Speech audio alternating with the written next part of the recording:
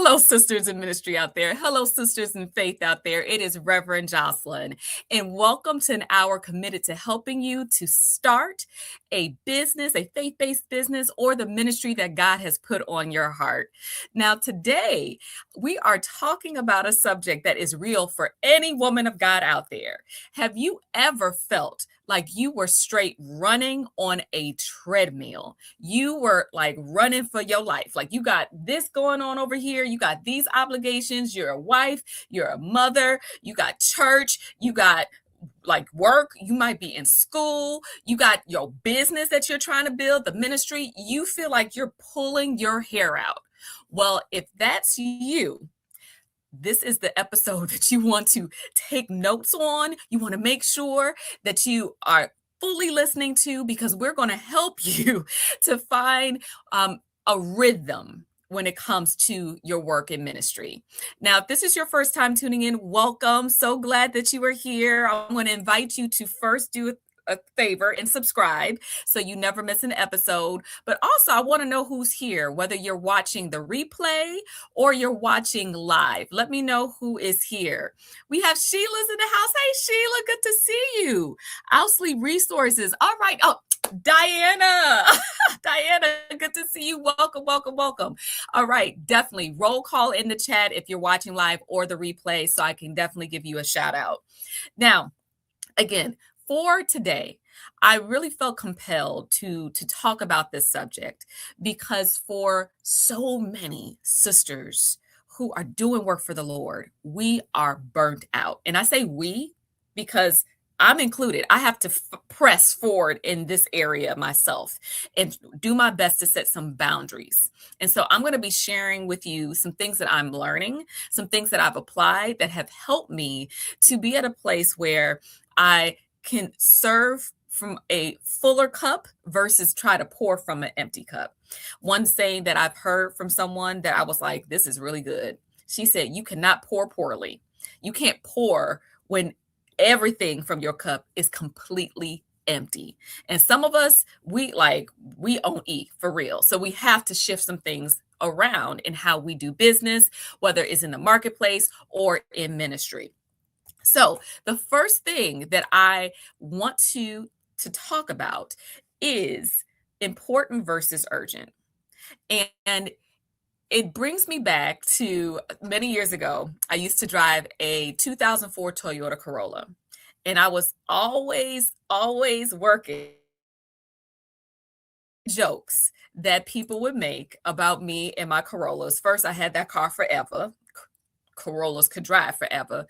But one of the things that I would neglect to do would be to get my car cleaned. Like there will be times when my car was so dirty. My car was blue.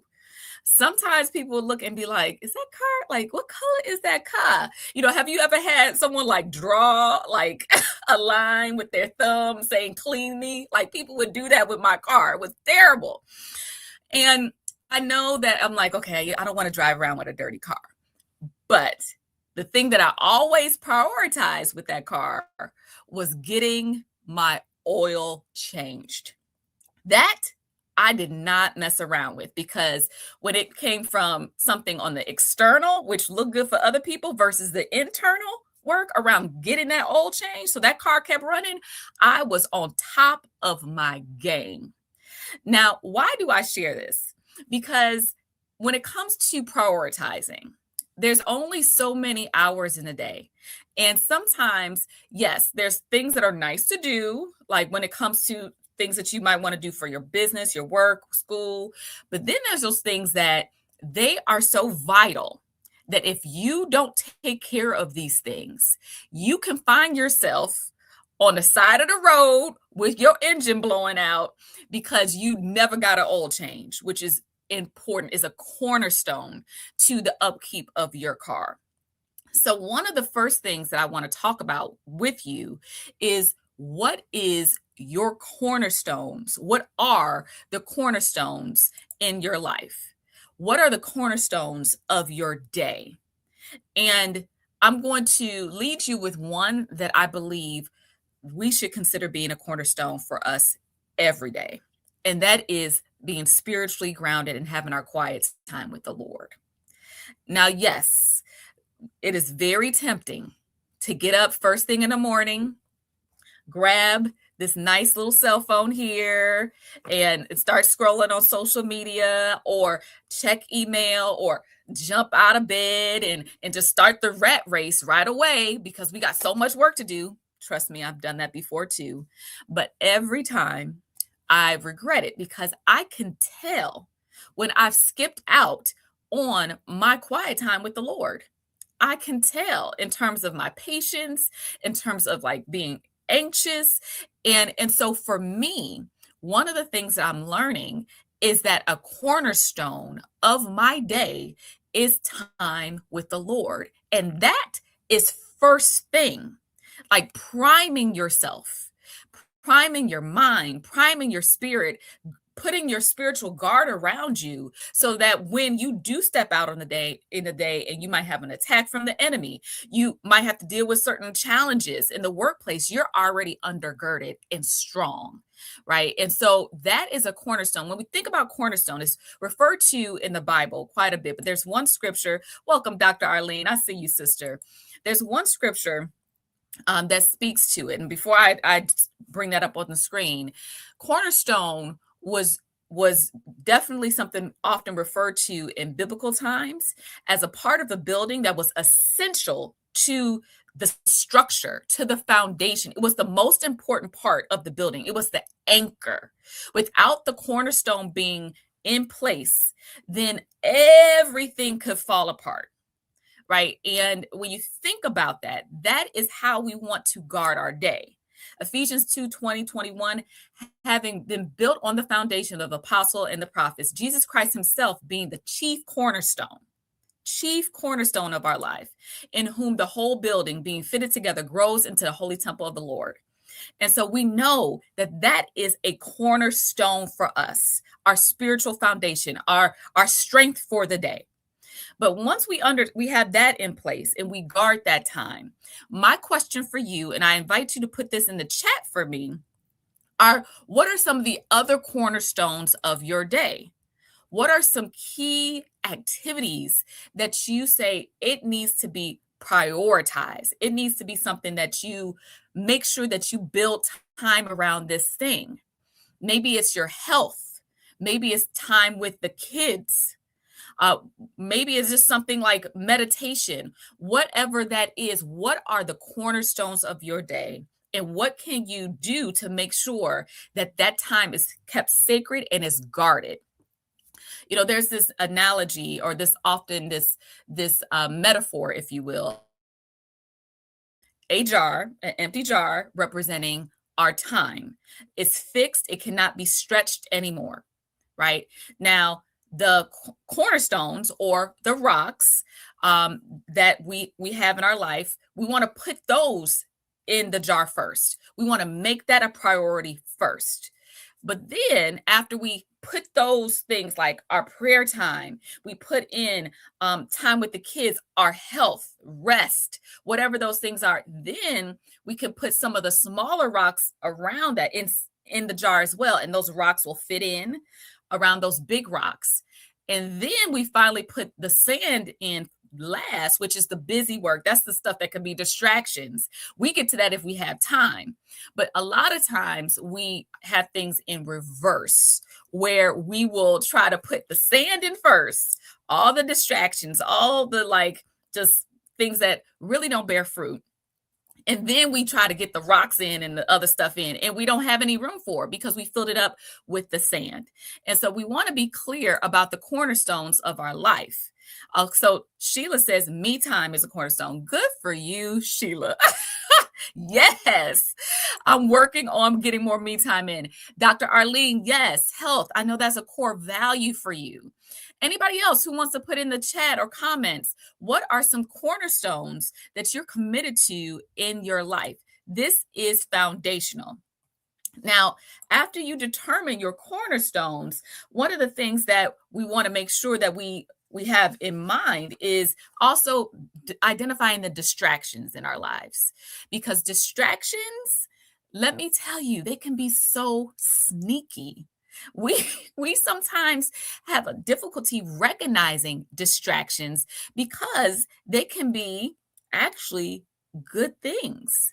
They don't have to be harmful things. They can seem like innocent things. Like if any of you currently work a traditional like 9 to 5 if you will, where you are in a office setting with people, it's I used to work in that traditional setting for many years in a building with people. And one of the issues that I will run into is those innocent interruptions. Hey, you got 5 minutes? Hey, I just want to run this by you. Hey, and I'm in the middle of working on a grant proposal or working on something, and people just, hey, I just need this little bit of your time. So sometimes we have these external distractions from people who are, again, good people. It might be something that's valid, but they're coming in and interrupting us for what they might see as a priority, but it might not be a priority for us in that moment. But then there are times in which we can have distractions that we engage in, like we got the social media, the TV and things. I'm not just talking about that. I'm also talking about invitations to maybe participate in events, or go to certain functions, or be on a committee, or be a part of this ministry, or be a part of this board. Mind you, some of these things could be really good things, not bad things to do, but it still can be a distraction for where God is leading you in this season. And that's the big thing. Sometimes good things are not God things in this season for you, because it's taking up space for where God is trying to lead you in this season, and it's diminishing your capacity. So if you are someone like me who has struggled with in the past, because I'm trying to be careful with my language here, but in the past, I've struggled with people pleasing.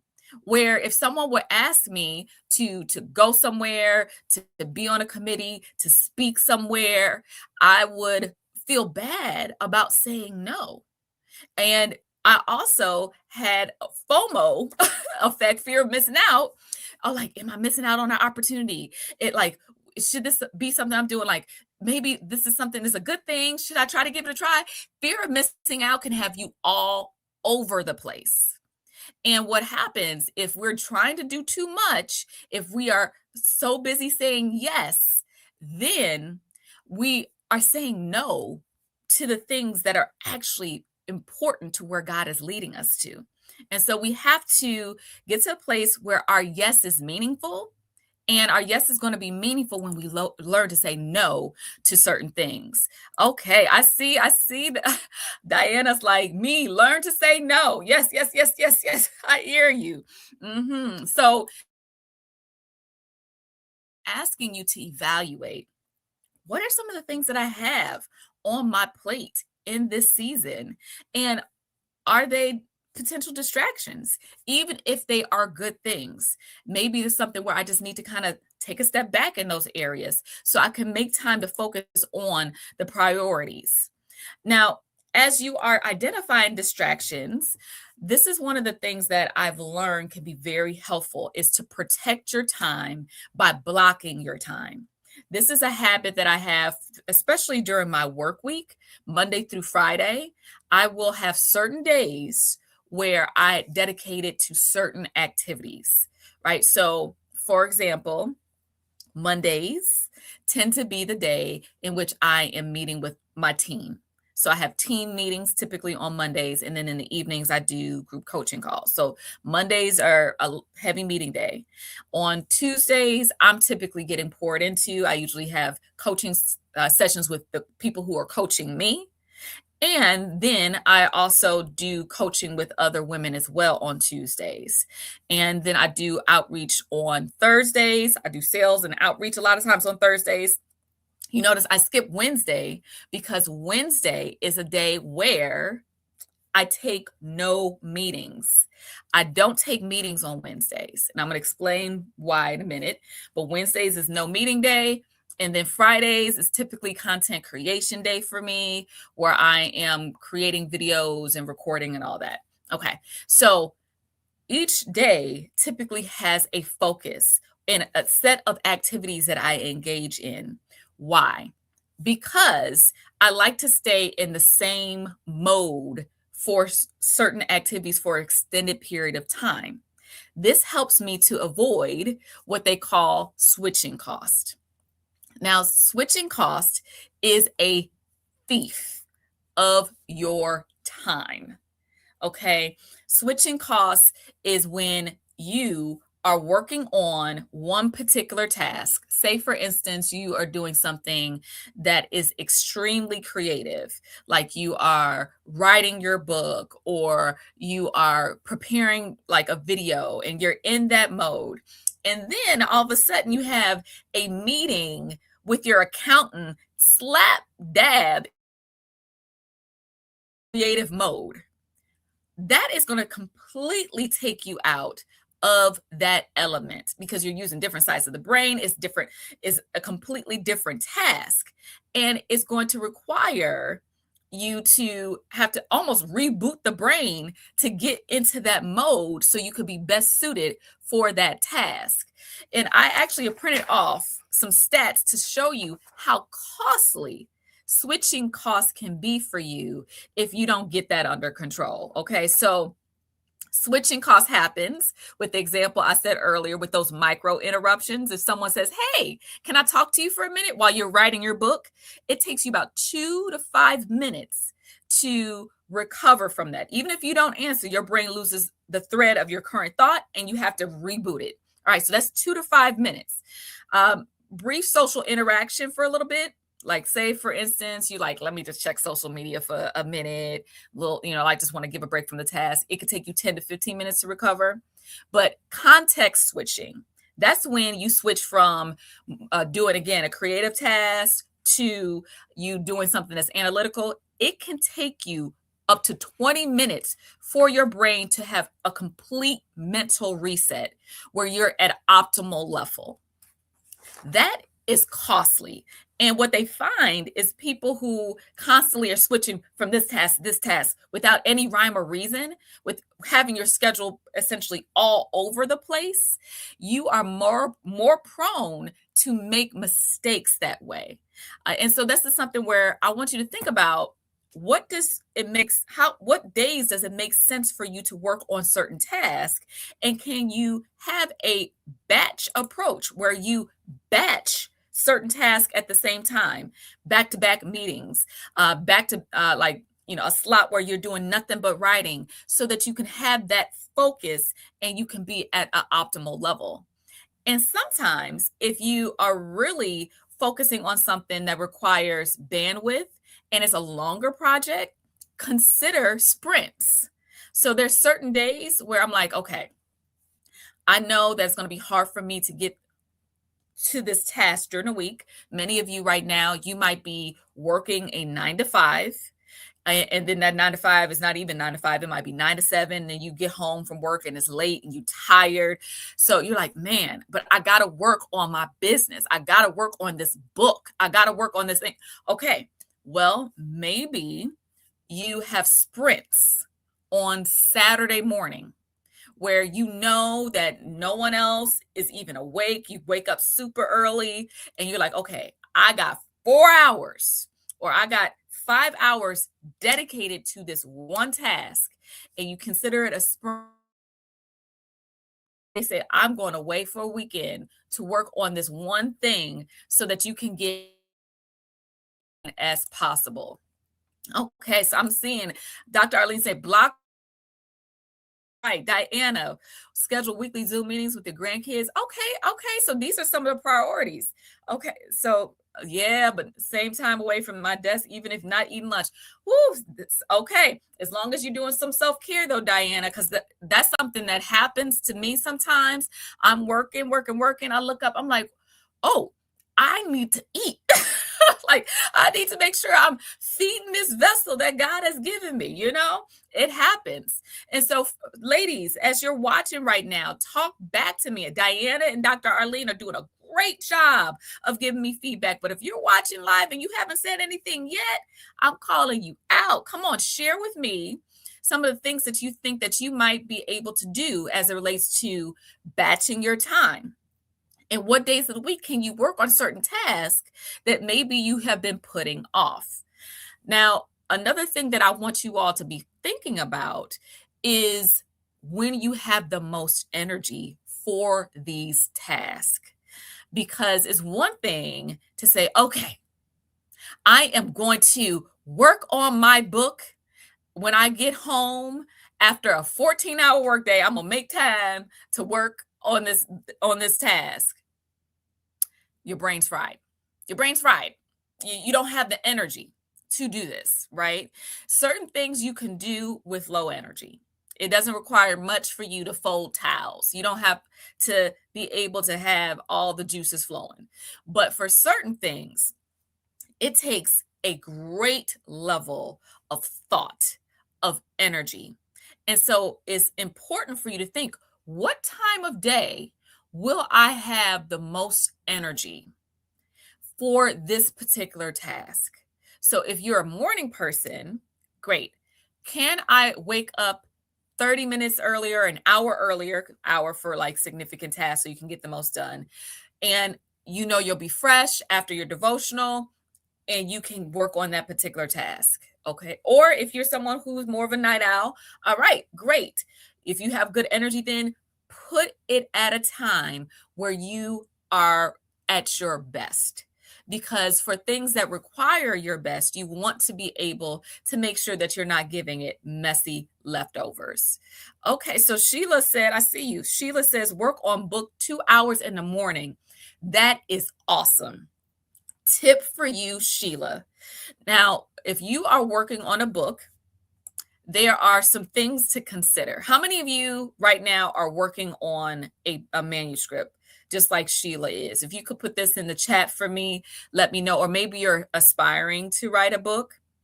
If you are looking to write a book, you want to make sure that you are planning for your writing to a writing session. I suggest you don't show up to a writing session and say, what am I going to write about today? And then you have to spend a lot of time thinking about okay, what chapter am I working on? Maybe even doing a little bit of research and then getting to the writing. No, I suggest that you do any research or prep ahead of time.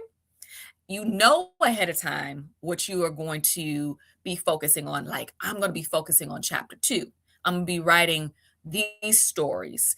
And then you come into your writing time and you get to work on those particular tasks. Hopefully that was helpful for you, Sheila. I'm so excited for your book coming out. Torny says, I am not a morning person. Tornia, I am not mad at you. I totally get it. Totally get it. That can change though, sis. That could change. But right now, if morning ain't your time, evening it is. Dr. Arlene says, ask yourself, when do you have the most energy for the task? That's right. That's right. That's right. Okay. Diana's working on finalizing her book. Tornia, she's aspiring to write a book. All right. All right. So for those of you, whether it's a book, maybe it's some other project that you're launching, maybe it is a program, maybe it's like for you just taking a course to learn a certain skill set, whatever that is, give yourself a framework and timeline for whatever that task is. Saying, okay, my first milestone is this particular date. And whatever that date is, then you block out time in your calendar where you're going to have the most energy to work on said task so you can get some things done, right? Because otherwise, if we leave it up to just whenever, like someday could be a year from now, it could be 3 years from now. And so we want to set priorities to give ourselves some milestones and deadlines so we can move towards that mark. Okay. Now, the other thing that I want to point out is that when it comes to the work, excuse the typo, successful people, comes to the work that we do, successful people, they master the art of making the main thing the main thing. Okay, making the main thing the main thing, because we can, again, when it comes to tasks that we're working on for our ministry, we can find ourselves trying to focus on things that are not going to bear fruit, or honestly, it's not that big of a deal. It's not going to move the dial. But when it comes to what God has put on your heart, we should go before God and say, God, help me to be able to identify the distractions. Help me to have wisdom about where I should invest my time towards things that actually are going to yield results. Show me, God, okay, if I focus on this, like, is this something that is in alignment with the direction that you're leading me in this season? Ask God for wisdom, and He will give it to you and help you to be able to identify that's a distraction, or that doesn't really need my attention. That could be delegated, and help you to focus on the main thing. Okay. I see the chat. I see you all. Good, good, good, good. Diana, she said 90 days to finalize and get that book and workbook. Oh, you got my book and workbook. Awesome. Good, good, good, Diana. Doing the 90 days. Love it. And Valerie, good evening, blessings. Loving the coaching questions, setting boundaries, utilizing strategies dedicated to certain days for certain activities. Yes, yes, Pastor Valerie, you as a pastor of all women, any pastors or ministry leaders out here, boundaries, being scheduled and intentional is essential. Okay. So, ladies, as you are going about your week, I want you, in summary, to think about these main things that I have shared with you today. I'm going to recap for those who came on the line a little bit later. First question is, what are the cornerstones of your day, the non-negotiables? You know that it is essential for you to do these things. I want you to also think about what are some of the distractions in your life that could be taking you away from the main thing. I also want to point out energy management matters. All right. When you do things matter. So, like, if you are exhausted, you're not going to be at your best for cognitive things. So keep that. Cost is something that steals your time. So instead of kind of doing things here and not being intentional with your schedule, try to put things strategically in your schedule so that you can be in the same flow throughout those days so you can optimize your energy and your outcome. Think about how you can batch your time and do certain things at back to back to back so you can be in that flow state. These are things that's going to help you to get the most out of your time. Yes. And then, yes, I said, make the main thing the main thing. Yes, exactly. That's something where if you find the right things that God said, like, this is where I want you right now. Don't get distracted by the shiny object over here. Focus on the main thing. It will make a difference when it comes to like the outcomes that you see for your ministry and for your business.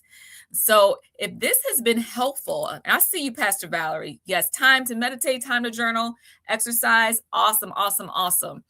Yes, do me a favor, ladies, and first of all, make a comment. We all been making a comment, but like, comment, and share this. Even after the video, if there's some things that come to mind in terms of what this has done for you, for those who are watching the replay, definitely make a comment. It makes it available to more people when you interact. Okay. Also, if you are someone who's not already a part of our community, because we do have a community where we support women in building their ministry, building their purpose-driven business, I want to be able to connect with you and see how we can support you. And you could do so by actually booking a breakthrough session. We call it a ministry and business accelerator session, where we help you to get focused on what the main thing is and talk about how we can support you along your journey in building that vision that God has put on your heart.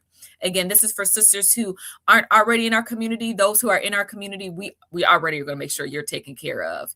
But a link in the show notes are available for you if you want to book a breakthrough session. So, sisters, we are here week after week, every Sunday at 6:30 p.m. Central live. And so definitely tune in next week. I will be here to show up for you to help you to build that ministry.